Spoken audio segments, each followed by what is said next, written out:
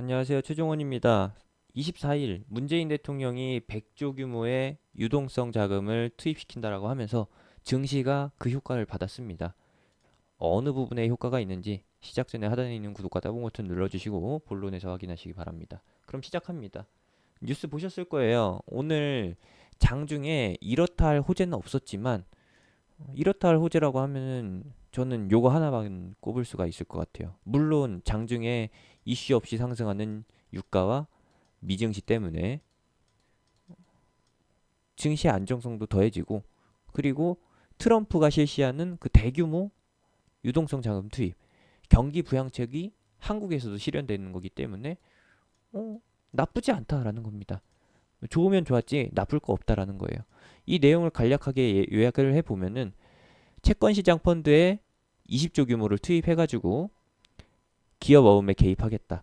즉, 요거는 부도 가능성이 있는 금융기관이 회사채를 현금화를 못하니까 동맥경화에 오게 된다. 돈맥경화죠.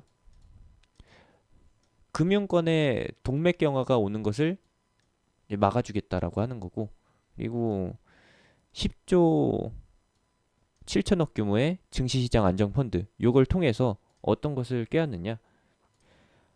이 규모로 편성된 펀드가 현금, 이제 세금이죠. 세금으로 형성된 펀드가 시장에 직접적으로 종목 매수에 나서면서 종목들을 끌어올리겠다라는 거죠. 이게 한두 푼이 아니기 때문에, 개미들 푼돈이 아니기 때문에 증시 상승에는 직접적으로 연결이 됩니다. 정확히 말해서는 종목 상승에 직접적으로 연결되고, 그 종목들이 동시다발적으로 다 상승하면서 지수가 전체적으로 상승하는 그 효과를 노린다라는 것이죠. 근데 주의해야 될 점은 무엇이냐? 이러한 대규모의 자금 투입은 분명히 여러분들도 아시겠지만 우량주 위주로 합니다. 회수가 가능한 영역에서 진행을 하는 것이지, 즉 신뢰도가 높은 기업들, 신용 등급이 높은 기업들 위주로 진행하는 것이지, 삼성전자, 셀트리온, 삼바, 여러분들이 좋아하시는 RFHIC, 이러한 시가총액 상위 종목들 위주로 해서 진행하는 것이지, 내년에 상장 폐지될지도 모르는 그런 종목들의 자금을 투입해주지 않는다라는 거예요. 그런 종목들에 이 자금이 투입된다라고 하면은 당연히 그 종목 상한가 기록하죠. 하지만 상승 모멘텀이 결여돼 있는 종목에 자금 투입해봤자 그게 무슨 소용이겠냐고요. 없죠. 이 자금이, 이 펀드가 계잡주를 사서 끌어올려요.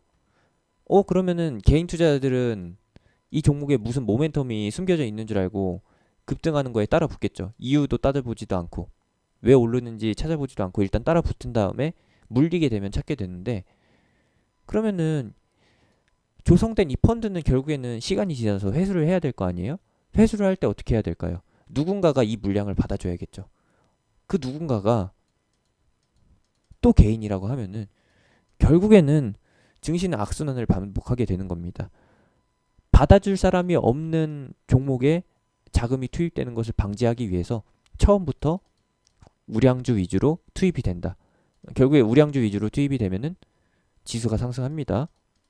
개별주가 상승하지 않는 이유는 무엇일까요? 종목별로 내용물이 다르기 때문에, 그리고 세력이 다르기 때문에, 움직일 타이밍을 시시각각 다르게 잡고 있기 때문에 시장 반등할 때 못 따라갈 수 있다라고 정의를 해볼 수가 있는데, 이런 부분들까지 논하면은 한도 끝도 없이 길어지게 됩니다. 결론을 요약해드리면은 이 정책은 대형주, 우량주 위주로 투입이 되면서 지수 상승 쪽으로 개입이 되는 거고, 결국에는 시장 반등 쪽으로 도움이 된다. 우리한테 도움이 된다라는 뜻입니다. 결과론적인 거지만 우리는 이러한 보험성 정책을 통해서 증시 반등을 기대하면 안 됩니다. 사실 정확히 논하자고 하면은 이렇게 긴급하게 투입되는 유동성 자금은 시장의 추가 하락을 방어해 주는 것이지, 결국에는 시장 상승을 유도하는 것은 무엇이다? 악재의 해소입니다. 현재 시장의 악재는 코로나로 인한 경기 침체, 소비 둔화에 의한 경기 침체를 예상하기도 하지만 사실 증시가 위험한 거는 따로 있습니다. 실물 경기, 우리네 삶, 요거는 코로나가 원인이 맞는데 지금 정책이 펼쳐지고 있는 부분들은 다 기업입니다. 기업이 살아야 나라가 살기 때문에 기업 기업 위주로 해서 진행을 하는 것이죠. 트럼프 역시도 기업들 살려서 증시 다시 한번 끌어올리려다 보니까 민주당 쪽에서 태클을 걸어올 수밖에 없죠. 민주당 쪽은 복지를 핑계로 공화당이 승승장구하는 것을 막는 것이고 트럼프의 재선에 태클을 거는 것이죠. 공화당 같은 경우에는 애초에 기업 재산을 위주로 해가지고 부를 축적으로 해서 성장해왔던 정당이기 때문에 기업만 살리면은 공화당은 더 바랄 게 없습니다. 기업이 있어야 나라가 있는 거잖아요. 물론 국민이 있어야 나라가 살겠지만 이러한 부분에 있어서는 이론과 현실의 갭이 굉장히 큽니다. 다시 한번 본론으로 들어와서 결국에 문재인 대통령도 증시를 살리기 위해서 기업의 도산을 막는 쪽으로 갑니다. 기업은 현재 무언가 신사업을 진행하기 위해서 혹은 기존 사업의 확대를 위해서 매출의 확대를 위해서 어떤 식으로 영업을 하느냐? 어떤 식으로 영업을 하긴요. 은행한테 돈을 빌려서 사업을 확대를 하죠. 그러면 은행은 그 돈을 어디서 가져올까요? 어디서 가져오긴요.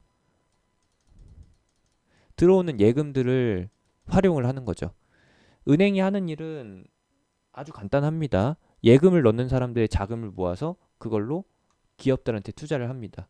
기업들한테 투자를 해가지고 기업들이 원금 상환과 함께 높은 이자를 제공하게 되면은 그 이자를 쪼개서 예금을 넣었던 사람들한테 분배를 하죠. 기업한테 5%의 이율을 받았다라고 하면은 예금을 넣는 사람들한테는 2%대의 이자를 주게 됩니다. 그러면은 은행이 3% 가져가죠. 이런 것들을 하는 게 은행인데 만약에 기업이 도산을 하게 돼서 원금 회수도 안 되고 이자 상환도 안 된다라고 하면은 돈이 날라가잖아요. 그럼 은행한테 남는 건 무엇이냐? 예금을 넣었던 사람한테 원금을 돌려줘야 하는 책임만 남습니다. 책임을 뭘로 지나요? 땅 파면 돈 나오나요? 아니죠. 어떻게 된다? 기업이 부도가 나면은 당연히 상환도 못하게 되는 거고 은행도 연속적으로 도미노처럼 무너지게 된다.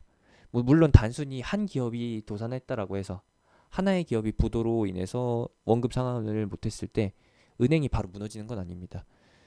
하지만 이번에 유가 쇼크처럼 뭐예요? 원유 석유 기업이 동시다발적으로 망하게 되면은 이쪽으로 해서 자금을 많이 투자했었던 그런 금융권은 위험하겠죠. 금융권은 사실 여러분들이 아시다시피 증시에서 활동을 하기도 하지만 기업을 상대로 해서 이득을 많이 취합니다. 요거 주식 포트폴리오와는 조금 개념이 다른데 만약에 그 금융권이라고 하는 증권사라고 하는 곳에서 증시 쪽으로 50을 활용하고 그리고 기업 대상의 자금 융통 활동을 통해서 50을 활용한다라고 하면은 이쪽이 만약에 완전 쫄딱 망하게 되면은 어떻게 되겠어요? 금융권 그 회사의 운용 자금이 반토막이 나겠죠. 그러면은 구조조정에 들어가든가 아니면은 새로운 자금을 땡겨서 채워야 합니다. 왜 채우나요? 50이 그냥 땅에서 판 돈으로 투자를 한 게 아니라 투자자들한테 돈을 받아서 한 거기 때문에 원금을 상환해야 합니다. 물론 그리고 다른 쪽도 있겠죠. 문제점이 되는 부분들이 많은데 기업이 도산하게 되면은 금융권이 흔들리게 되고 금융권 내에서도 은행이 항상 기업만을 상대로 하는 게 아니라 은행이 은행에 투자를 하게 되거든요. 만약에 B라는 은행이 C라는 기업한테 투자를 했는데 C 기업이 도산을 해가지고 이게 도미노처럼 연쇄적인 타격을 입히게 된다. 그래서 B은행마저도 위험하게 됐다라고 하면은 결국에는 이 타격이 A까지 오게 된다라는 거예요. 은행 하나가 죽어서 끝나는 게 아니라 그 은행에 연관된 다른 금융권까지도 같이 연쇄적으로 타격을 입게 된다라는 거.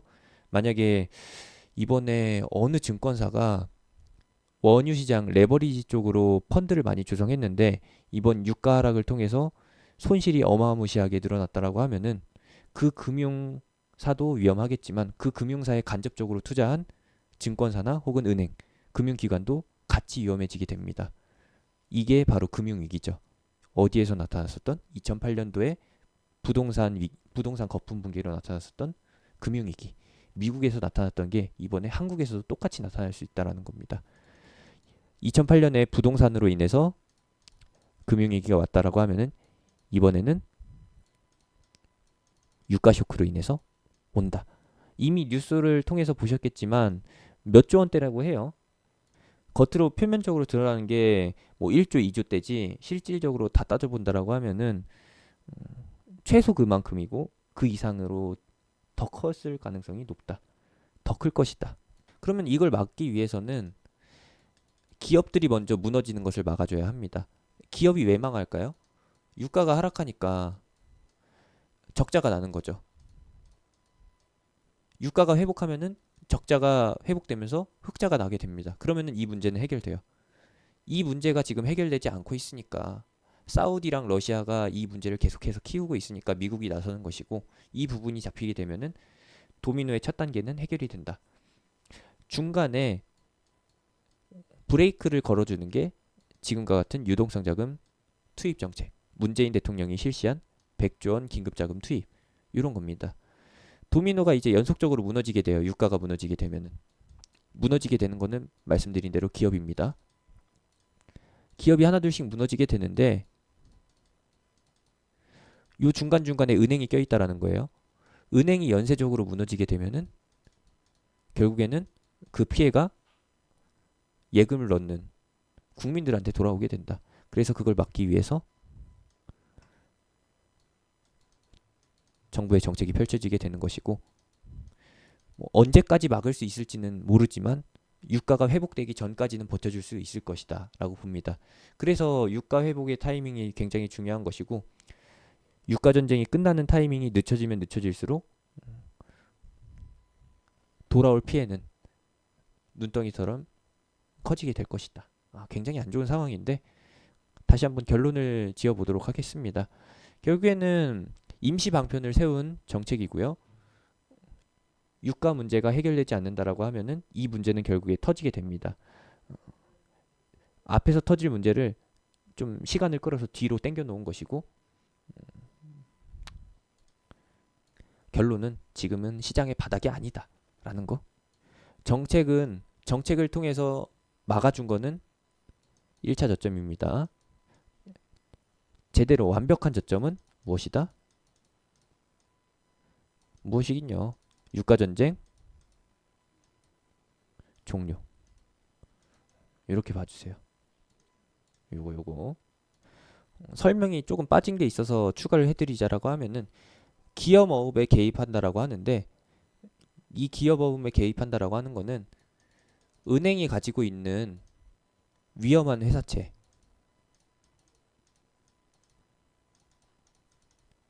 부도 가능성이 있는 기업의 회사채를 정부가 대신 사주겠다라는 거예요. 그러면은 피해를 입는 것도 정부가 입게 되죠. 세금이 공중분해가 된다. 대신에 은행은 살아남게 되죠. 즉 정부가 우리의 세금이 총알바지가 된다. 고기방패가 된다라고 보시면 되겠고 이를 통해서 증시가 한두 번, 뭐 두세 번, 세네 번, 10번까지도 방어를 해줄 겁니다. 무너지는 회사채의 규모가 작으면 적을수록 유동성 자금, 이번에 투입되는 자금이 조금 더 오래 버텨주겠죠? 요거. 그리고 기업들이 부도가 나게 되면은 위험해지게 되면은 계속해서 이 방어벽을 부시게 될 것이고 유가 하락폭이 커지면서 부도나는 회사가 많아지고 그리고 금융권의 위기가 조금 더 앞당겨진다라고 하면은, 빨라진다라고 하면은 결국에는 이건 역시도 무너지면서 언제처럼 된다? 2008년 이상으로 더 크게 하락하게 된다. 이렇게 되면 여러분들이 그렇게 노래를 부르시는 코스피 1000 가능하죠. 제발 트럼프가 이 일을 해결해 줬으면 하는 바람입니다. 굉장히 설명이 길었었는데 진짜로 다시 한번 마지막으로 요약해 드린다라고 하면은, 자금 투입 효과는 1차 저점, 진짜 저점은 유가 전쟁 종료로 인한 유가 상승. 이것이 팩트다. 문재인 대통령은 진짜로 증시에서 필요로 했었던 정책을 펼친 겁니다. 물론 공매도 금지 역시도 진작에 실시가 됐었다라고 하면은, 무차익 공매도를 막아줄 수 있는 정책이 나왔다라고 하면은 얘기가 달라졌겠지만, 아, 이미 지나간 일인 걸 어떻게 해요. 이제는 요거 두 개만 봅시다. 1차 저점이 나온 시장입니다. 굉장히 고생이 많으셨고, 유가 전쟁이 끝날 때까지 시간이 조금 남아 있는데 그 과정에서 변동성이 출현될 것이고, 진짜 반등처럼 보이는 페이크성, 낚시가 있을 수도 있고, 사람 들었다 놨다 하는 급락이 나오면서 이제 롤러코스터가 펼쳐질 수도 있는데, 그러한 부분에서 겁먹지 마시고 팩트를 봅시다. 팩트. 요거 하나만요. 최대한 빠르게 이 소식 전달해 드릴 거고요. 확인되는 내용이 있으면은 바로 전달해 드리도록 하겠습니다. 오늘 현재 나와 있는 소식은 요거 하나뿐이 없습니다. 요거 하나라고 하면은 요 내용이죠. 미국이 현재 사우디 쪽에 인사를 파견해 놓았고, 다시 한번 사우디와의 협력 관계, 동맹 관계를 맺기 위해서 추진하고 있다. 노력을 하고 있다. 결과물이 나왔으면 좋겠습니다. 이거는 단순히 기대감에 그친다라는 거 마지막으로 말씀드리면서 마무리하겠습니다.